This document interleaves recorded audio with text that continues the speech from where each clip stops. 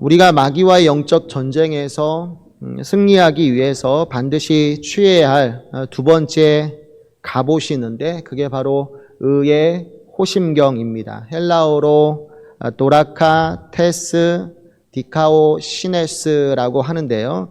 앞에 호심경을 뜻하는 도라카가 어떤 부위를 말하냐면 목에서부터 배꼽까지 어떻게 보면 가슴 부위를 가리켜서 이제 도라카라고 얘기를 합니다.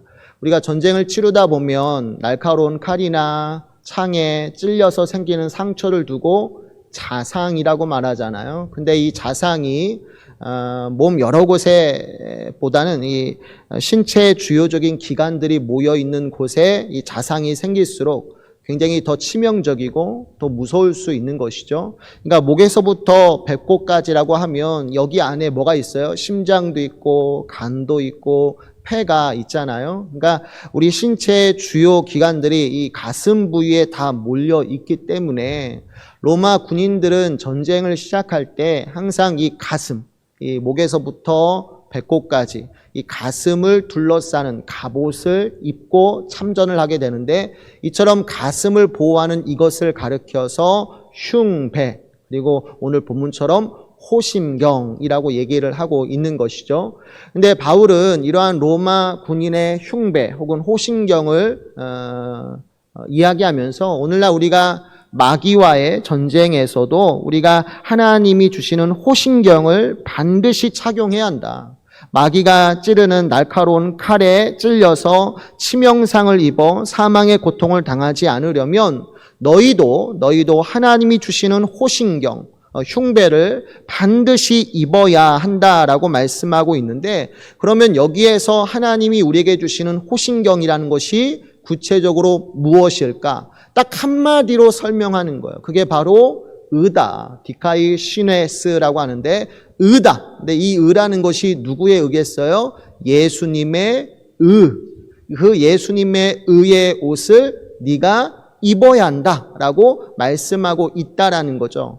여러분들 이것과 관련해서 우리가 스가랴 3장 전체의 말씀을 우리가 좀 살펴보면서 우리가 의의 호심경, 근데 여기서 말하는 의라는 것이 내 의가 아니거든요. 내가 본래 가지고 있는 의가 아니라 외부로부터 우리에게 주신 의가 있단 말이에요. 그게 바로 예수님의 의인데 이것을 우리가 좀 살펴보고자 스가랴 3장 전체의 내용을 좀 차례대로 살펴보면서 우리가 은혜를 나누었으면 좋겠습니다. 한번 스가랴 3장 전체를 한번 펼쳐보시죠. 성경을 보시면 스가랴 3장을 보면 하나님이 스가랴에게 주시는 네 번째 환상의 내용이 나오는데요. 그 내용이 참 은혜롭습니다. 말씀 보면 하나님이 스가랴에게 어떤 환상을 보여주시는데 그 환상의 내용을 보면 하늘 법정에서 일어난 하나의 사건을 보여주고 있습니다. 보통 법정 드라마 보면 세 가지의 사람들이 나오잖아요. 한 명은 재판장, 또 하나는 피고인,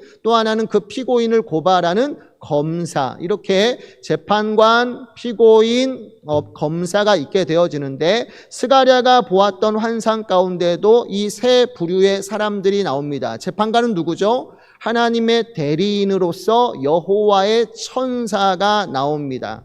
보통 구약 성경에서 여호와의 천사, 여호와의 사자라고 했을 때 이것은 바로 성삼위 하나님 중 두 번째 위격으로 계시는 성자 하나님을 가리킬 때가 있어요. 근데 아무튼 간에 재판관으로서 누가 있느냐? 하나님의 대리인으로서 여호와의 천사가 그 법정에서 죄가 있느냐 없느냐를 판단하는 재판관으로 있고요. 피고인은 누가 있죠?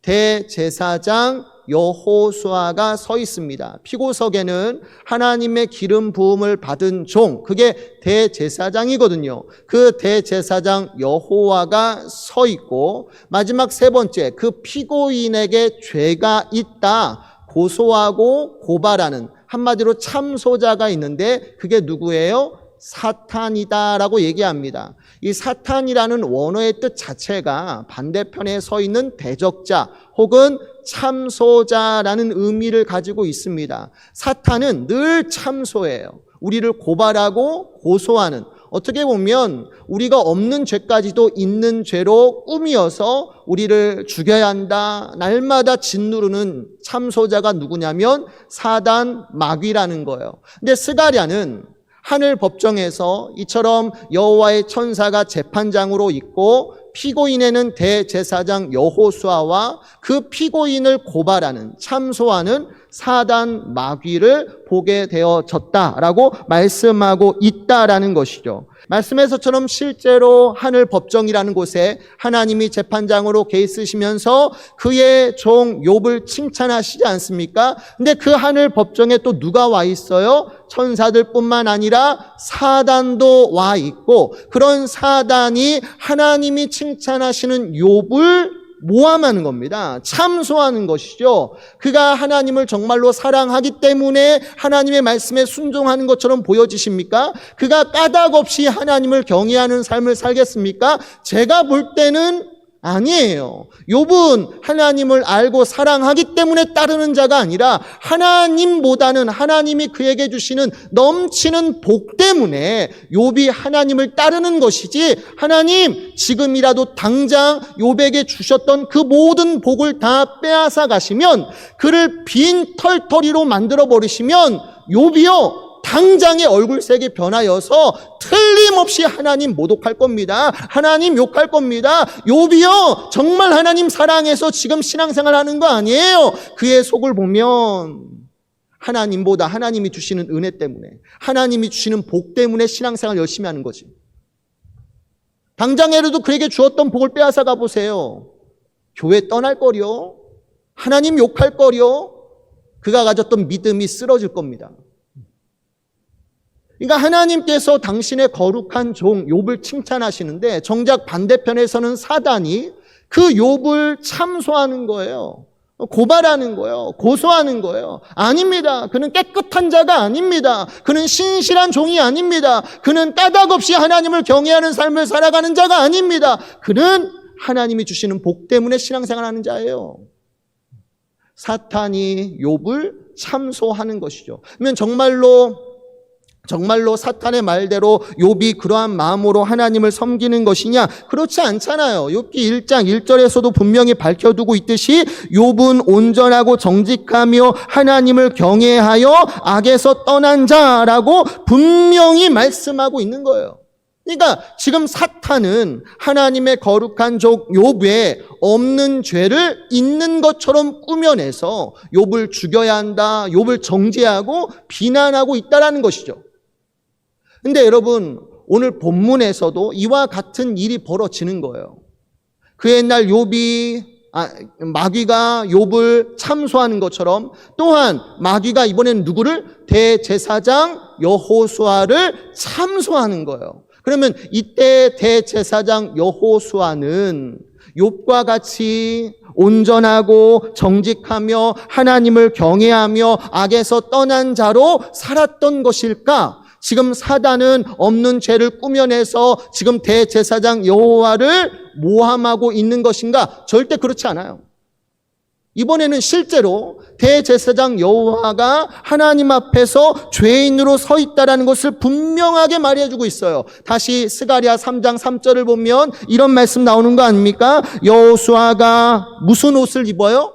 더러운 옷을 입고, 대제사장 여호수아가, 여호와의 천사 앞에 서 있는 여호수아가 더러운 옷을 입고 서 있다라고 말씀하고 있는데, 여기에서 더러운이 히브리어로 쪼이고요, 오물, 배설물이라는 의미를 가지고 있어요. 성경에서 더럽다라는 의미를 가진 히브리어 단어들이 정말 많이 나오는데, 그 중에서 가장 최상위의 개념으로서 이 히브리어 쪼라는 단어가 사용되고 있습니다. 그러니까 욥기서에서는 하나님 앞에 욥이 서 있고요, 사탄이 그를 고발하였지만 정작 욥은 깨끗한 사람이었어요. 당대의 의인이었단 말이에요. 그는 까닭 없이 하나님을 경외하는 삶을 살았어요. 그러나 본문에서 스가랴가 보았던 대제사장 여호수아는 욥과 달랐어요. 그는 하나님을 까닭 없이 경외하는 자가 아니었어요. 온전하고 정직한 삶을 살지 않았어요. 그는 뭐예요?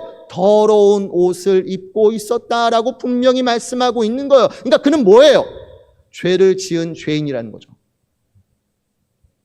그러니까 사단의 말이 옳은 거예요, 지금.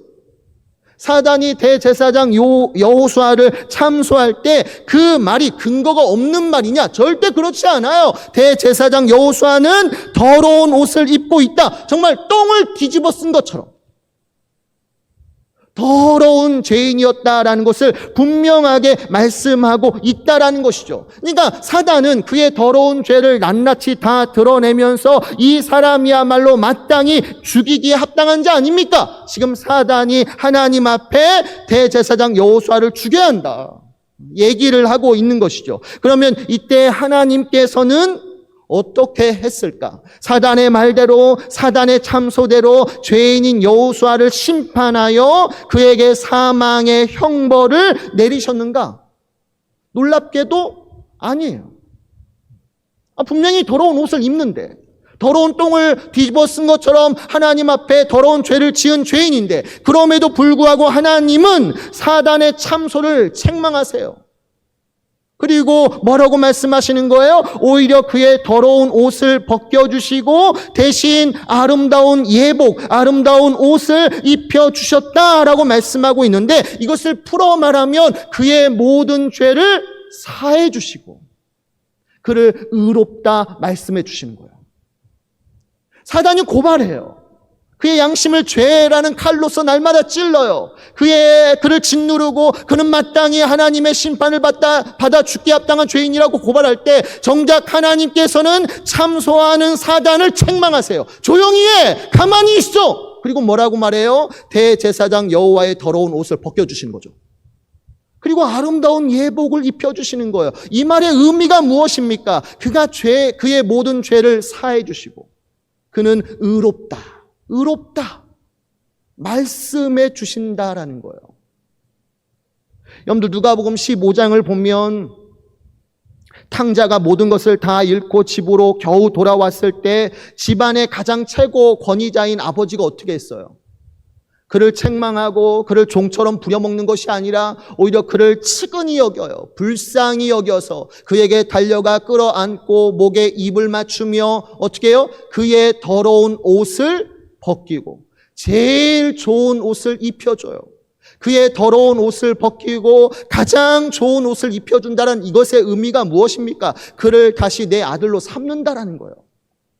아버지 재산을 다 탕진하고 허랑방탕하게 살아왔던 그 악한 아들을 아버지는 다 받아주는 거예요. 죄 있다 책망하는 말 한마디 없이 그의 더러운 옷을 벗겨주고 집에서 가장 좋은 옷을 입혀주는, 그러니까 아들로서 다시 삼아주고 그를 위해서 송아지까지 잡아주는 큰 잔치를 벌여주는 거 아닙니까? 근데 어떻게 보면 하나님께서도 대제사장 여호수아에게 동일한 은혜를 베풀어 주고 계시는 거예요.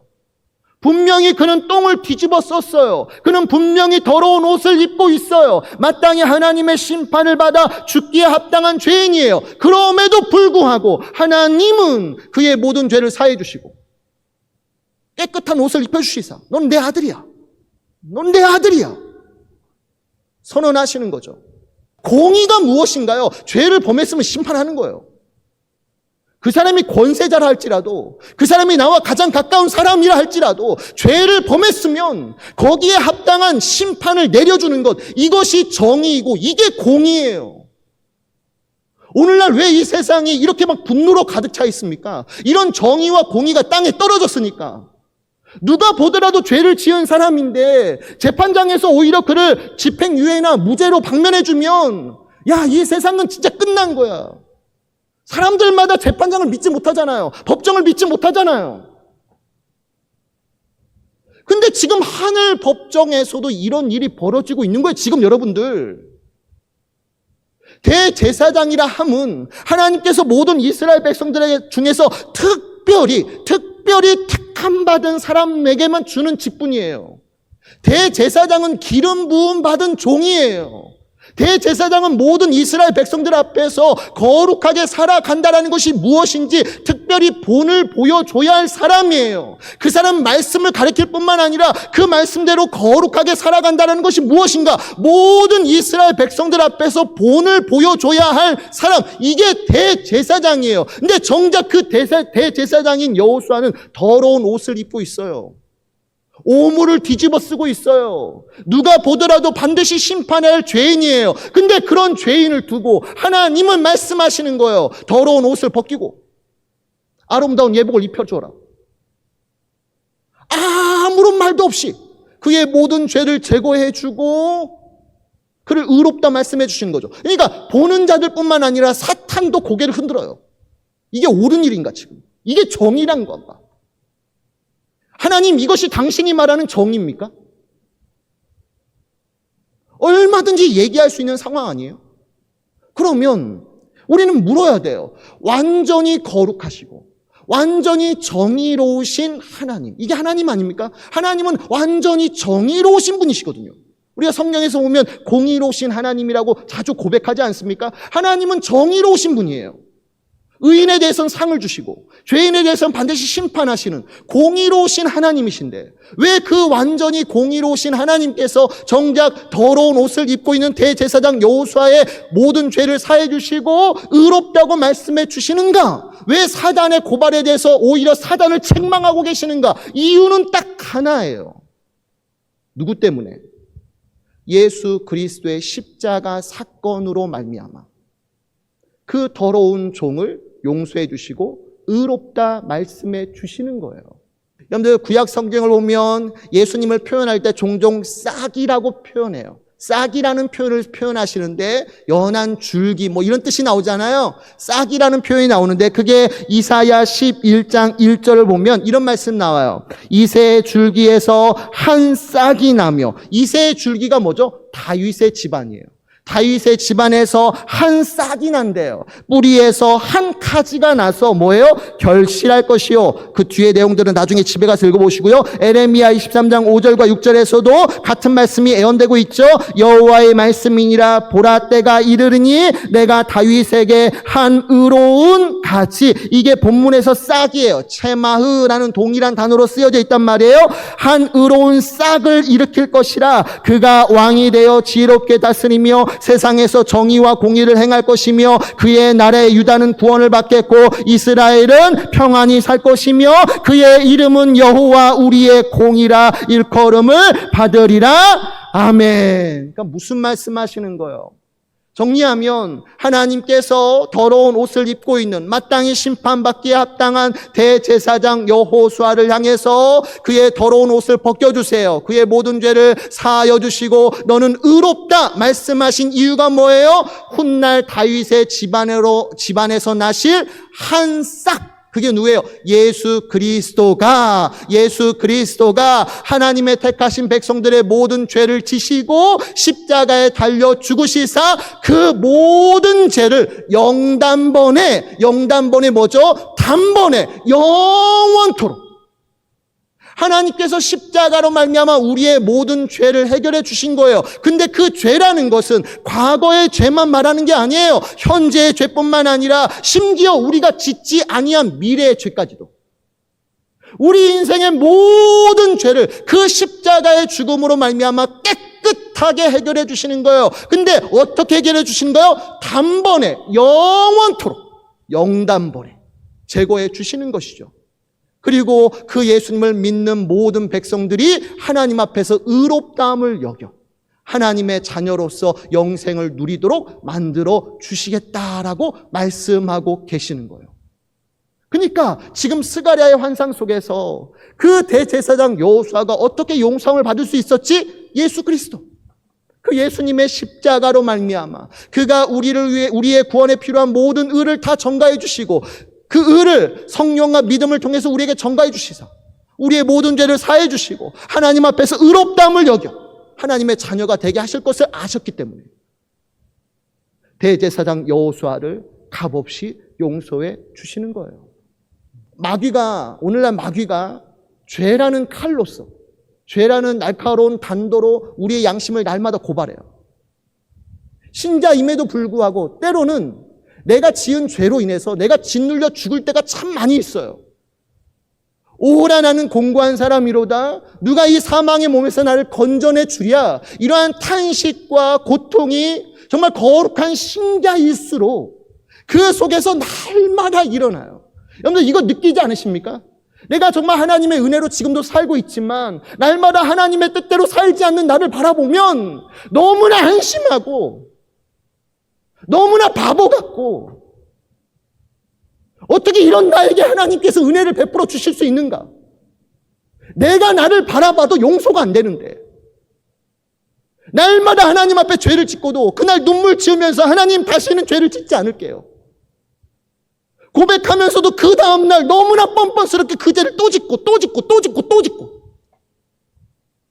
이 죄 짓는 사람이 하루 이틀이 아니라 한 달, 20달 혹은 몇십 년 동안 계속됨에도 불구하고 너무나 뻔뻔스럽게 신앙생활하는 나를 바라보면 때로는 너무나 한심하고 나 같은 놈이 무슨 하나님의 자녀라고 말할 수 있어. 근데 여러분 이러한 일을 누가 일으킨 줄 아세요? 사단 마귀가 죄라는 날카로운 단도를 날마다 우리의 양심으로 찌르는 거예요. 죄의 화살을 날려가지고 율법의 화살을 날려가지고 날마다 우리로 하여금 이러한 정죄감을 갖게 하는 거예요. 이러한 죄책감에 시달리게 하는 거예요. 날마다 이러한 양심의 고발과 참소로 말미암아 우리는 하나님 앞에서 설 수 없는 죄인이라고 스스로 자각하고 날마다 자기를 죽이는, 괴롭게 하는, 절망케 하는. 근데 바로 이 순간에 바울은 말하는 거예요. 마귀가 죄의 날카로운 칼로 너의 양심을 찔러서 너로 하여금 짓눌리게 하고 정죄감을 갖게 하고 자책감을 갖게 하고 스스로 지옥 자식이라고 느끼게 하는 이 모든 것들을 앞에서 너희는 의의 호신경을 입어라. 네 본래적인 의 때문에 네가 깨끗한 의인이 된 것이 아니잖아. 예수가 우리의 구원에 필요한 모든 의를 성령과 믿음을 통해서 너에게 전가해 주셨기 때문에 너의 모든 죄가 사함받고 하나님 앞에서 의롭다 칭함을 받은 거 아니니? 그러니까 그 마귀 앞에서 네가 당당히 외치라는 거예요. 네가 죄를 사용해서 나를 짓누르고 귀찮게 하지만 마귀야, 그럼에도 불구하고 예수 그리스도의 보혈로 말미암아 내 모든 죄가 사함받고 이제는 내가 하나님의 의로운 자녀로서 하나님의 영원한 사랑을 받는 하나님의 자녀다. 마귀가 날마다 우리의 양심을 찔러 이런 괴로움을 줄 때마다 마귀야 떠나가라. 그럼에도 불구하고 나는 하나님의 의로운 자녀야. 내 모든 죄는 예수 그리스도의 십자가로 말미암아 완전히 해결됐어. 나는 하나님의 사랑받는 자녀다. 마귀야 떠나가라. 그리고 어떻게 해요? 다시 예수님의 보혈로 용서함 받고 다시 예수님의 능력으로 의롭게 살아가려고 노력하는 거죠. 근데 이게 뭐예요? 이게 의의 호심경이에요. 그리고 이러한 의의 호심경으로 무장한 사람은 죄를 범하지만 그럼에도 불구하고 그 죄에 짓눌리지 않아요. 어떻게 해요? 예수님의 의를 바라보면서 예수 그리스도를 바라보면서 그 안에 뭘 찾아요? 마음의 기쁨과 평안을 찾으면서 예수님처럼 의롭게 살아가려고 노력하게 되어지는 것이죠. 여러분들 지난 주일에 존 버년 설교를 했잖아요. 그죠? 설교 중에 존 버년 얘기를 했잖아요. 20대에 자신이 지은 죄를 생각하면서 나는 하나님께 용서받지 못할 죄인이야 스스로 자각함으로 스스로를 죽일 때 그가 예수님이 이루신 의를 전가받았다라는 사실로 인하여서 그 마음의 평화를 되찾았다고 했잖아요. 그가 이런 고백을 하지 않았습니까? 어느 날 들판을 지나고 있을 때 내 영혼에 이런 소리가 들렸다. 내 의는 어디에 있어요? 천국에 있도다. 내 의는 내 안에 있는 것이 아니라 내 의는 천국에 있도다. 그리고 내 영혼의 눈에 예수 그리스도가 하나님 우편에 계신 것이 보였다. 거기에 나의 의가 있었다. 내가 어디에 있든 무엇을 하든 하나님은 나에 대해 의가 없다고 말씀하실 수 없었다. 내 의는 바로 그분 앞에 있었기 때문이다. 내 의는 누구예요? 예수님의 의란 말이에요. 나의 의는 예수 그리스도에게 있어. 죄를 범하지만 그럼에도 불구하고 예수 그리스도가 나의 의가 되어주심을 믿으시고 날마다 믿음의 눈으로 예수님을 바라보시면서 그 마음의 기쁨과 평안을 되찾으시고 예수님처럼 의롭게 살아가셔서 하나님께 영광 돌리시는 저와 여러분들 되시기를 주님의 이름으로 축원해 드립니다.